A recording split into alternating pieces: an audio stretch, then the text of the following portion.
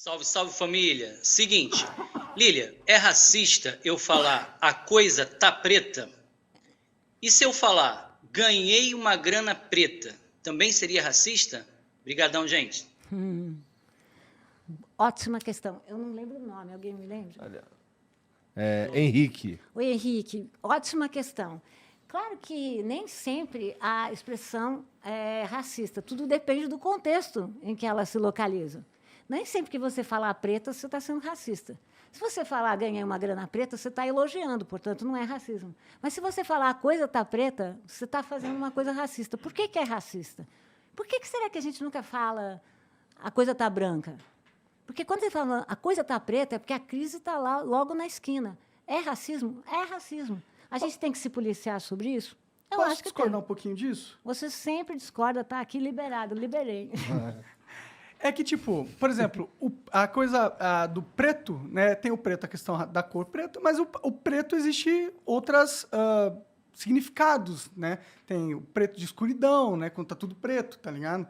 Tipo, e essas coisas não... Tipo, a palavra preto não tem só o significado de raça.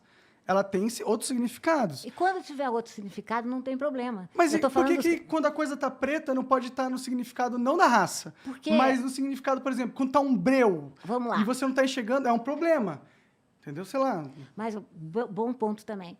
Eu acho que, primeiro, a língua, como as imagens, a língua é altamente ideológica. Já parou para pensar numa coisa assim? Quando a gente fala, você vai achar que eu estou exagerando. Não é. Pensa assim, porque a língua é inconsciente, né? A gente não fica pensando nela. Você fala uma coisa assim, olha, pensei aqui, nunca ouvi falar da Revolução do Haiti. Eu vou falar, claro. Já parou para pensar nisso? Claro é sinônimo de verdade. Se você pensar numa situação na Suíça, pode não significar nada. Mas o significado se faz, Monark, em contexto. E no contexto brasileiro, se você pensar estatisticamente, esses termos são sempre pejorativos. E toda vez que um termo magoar o outro, ele está valendo, é racista, a gente pode usar outro. É importante a gente mudar. Mulata. Entendo. Mas você não acha que não é uma engenharia social um pouco desnecessária aí, nesse caso? Não é. Porque Ficar se preocupando com isso? nós outros aqui Não poder somos... falar as coisas, a coisa tá preta. Você pode Ih, se eu falar isso, eu tô sendo racista, né? É um pouco você pode falar o que esquisito quiser. isso. Você pode falar o que você quiser. Mas você tem que saber o que você está falando. Então, se eu falar que a coisa tá preta, eu estou sendo racista de alguma forma. Dependendo do contexto, tá. Não em todos os contextos. Mas você tem que pensar que as palavras no Brasil são significadas. Muita gente fala, mulata, tem uma outra etimologia, não sei o quê. Mas mulata, no Brasil, vem de mula. É racista? É. Eu posso trocar por outra palavra? Posso. Vou trocar. Tá. É uma opção cidadã sua, Monark. É isso. O Henrique tem razão. Eu não quero criar nenhuma ditadura do trava-língua, entendeu? Mas a gente está ofendendo as pessoas. Tá. Desculpa. Desculpa. Cara, não está discordo. ofendendo você que é branco. Não. Eu discordo. Tudo bem. Eu discordo que eu falando do lado de alguma pessoa negra, a coisa tá preta, ela vai ficar ultra ofendida. Não, entendeu? coisa Eu tá discordo. preta, talvez não. Ah. Mas mulata você ofende. Porque mulata, eu vou ficar nesse exemplo, vem de mula, e a mulata no Brasil foi progressivamente sensualizada também. Então, você logo está ligando a mulher brasileira, negra, a essa ideia de uma mulher fácil. Pergunta para as mulheres brasileiras viajando, não precisa ser negra, hein? Mas para as negras é pior. As pessoas logo acham que a mulher brasileira é fácil, e, sobretudo, as mulheres negras. Então, a gente tem que pensar que os termos eles só fazem sentido num determinado contexto. Eu sou contra aquela coisa de fazer um manual aqui. Não é manual, mas é um programa de conscientização.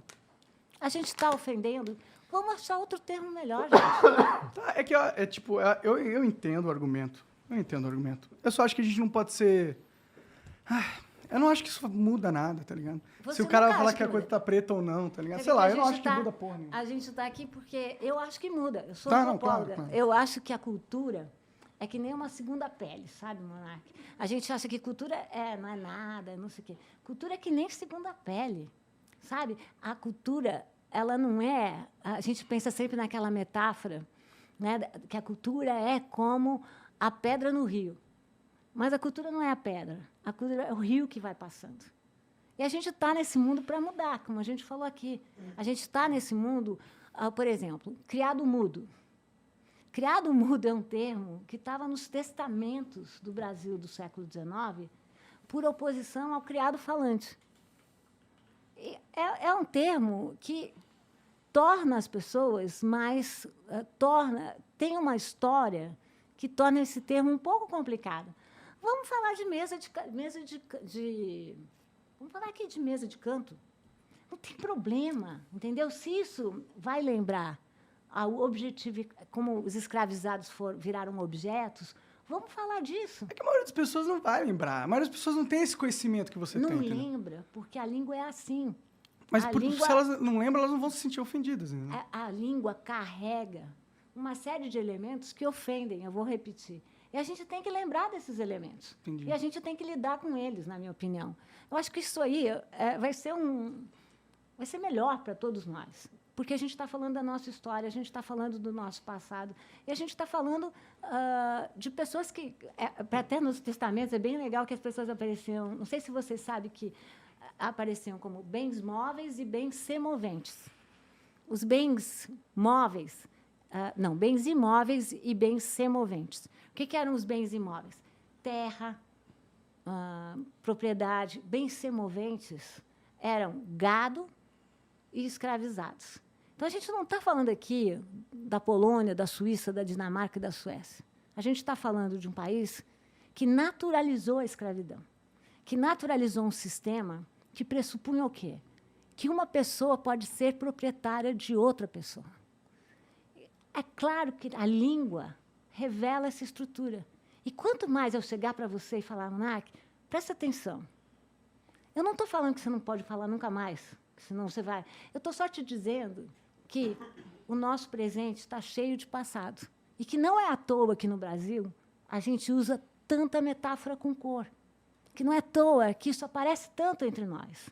É porque a gente está falando do fantasma da escravidão. Então, se eu posso usar a língua para causar um desconforto, para que as pessoas pensem no passado, vou usar. Tá bom. Se eu puder politizar a língua, eu vou politizar. Entendi. Sem ser chato. Eu tenho um pouco de problema com politização da língua, entendeu? A língua ela não é uma parada de cima para baixo. Não são as pessoas que escolhem quais termos serão usados. Ele é algo que vai evoluindo e vai se formando. Eu né? vou aí só dizer que eu não concordo tanto. Que tem uma diferença entre língua e fala. Tá. A língua é a língua imposta.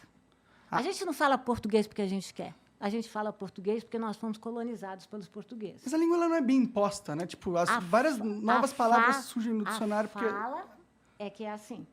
A fala, ela é totalmente subjetiva. Mas novas palavras não entram no dicionário? Lentamente. Mas as nossas estruturas de língua, a estrutura da nossa língua permanece a mesma. Tanto que, se você for para Portugal, se você for para Angola, se você for para... Você vai ver diferenças, mas você vai... Mas tem uma questão prática aí, né? É porque é muito difícil. Trocar uma língua de uma civilização é muito difícil e, tipo, não é uma coisa que você faz, assim, tá ligado? Você não faz, mas você mesmo me falou aí, eu vou usar o seu argumento, que a língua é viva. Então, vamos Exato. trocar. E orgânica, ela não é imposta, entendeu? Não é alguém centralizado que pensa, a língua tem que ir para esse lado agora. Não, vamos fazer ela ir para esse lado. Eu vou repetir para você. Fala é uma coisa que você vai fazendo e vai mudando muito. Mas o Demora seria? muito para alterar a língua. Como que você imporia uma nova língua a alguém? Eu não quero impor nada a ninguém. Não, como você transformaria... Como o Estado transformaria a língua para a sociedade? Como que ele faz? O que o Estado pode fazer? Tirar termos que são ofensivos. E tira da onde? Tira do dicionário. Você tira ou destaca no dicionário. E você cria outros termos. Isso quer dizer que você está proibida? Não. Mas eu tenho aí uma nova geração que vem aí, né, que é uma geração mais atenta a isso.